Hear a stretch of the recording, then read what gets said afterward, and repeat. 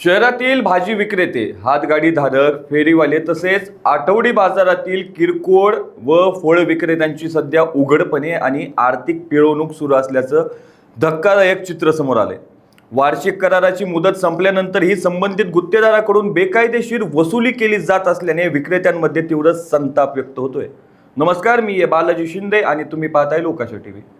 मिळालेल्या माहितीनुसार गुत्तेदार रईस याचा बीड नगर परिषदेबरोबरचा करार 31 मार्च 2026 रोजी अधिकृतपणे संपुष्टात आला आहे।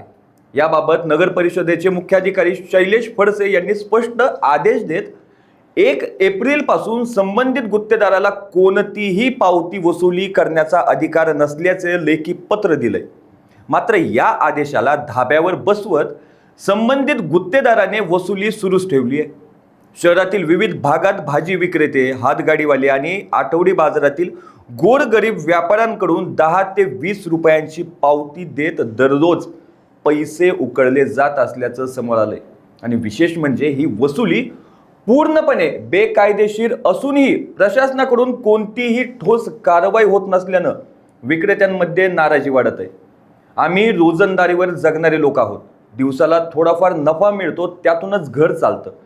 अशा परिस्थितीत बेकायदेशीर वसुलीमुळे आमच्यावर अतिरिक्त आर्थिक ताण येतोय, अशी व्यथा अनेक विक्रेत्यांनी व्यक्त केली आहे। आणि ही उघड लूट तात्काळ थांबवून संबंधित गुत्तेदारावर कडक कारवाई करावी, तसेच विनापरवाना पावती वसुली कायमस्वरूपी बंद करावी, अशी मागणी सर्व भाजी विक्रेते, हातगाडी धारक व फेरीवाल्यांनी बीड नगर परिषद प्रशासनाला केली आहे। अशाच ताज्या अपडेटसाठी लोकाशा टीव्हीला सबस्क्राईब करा आणि लाईक करायला विसरू नका।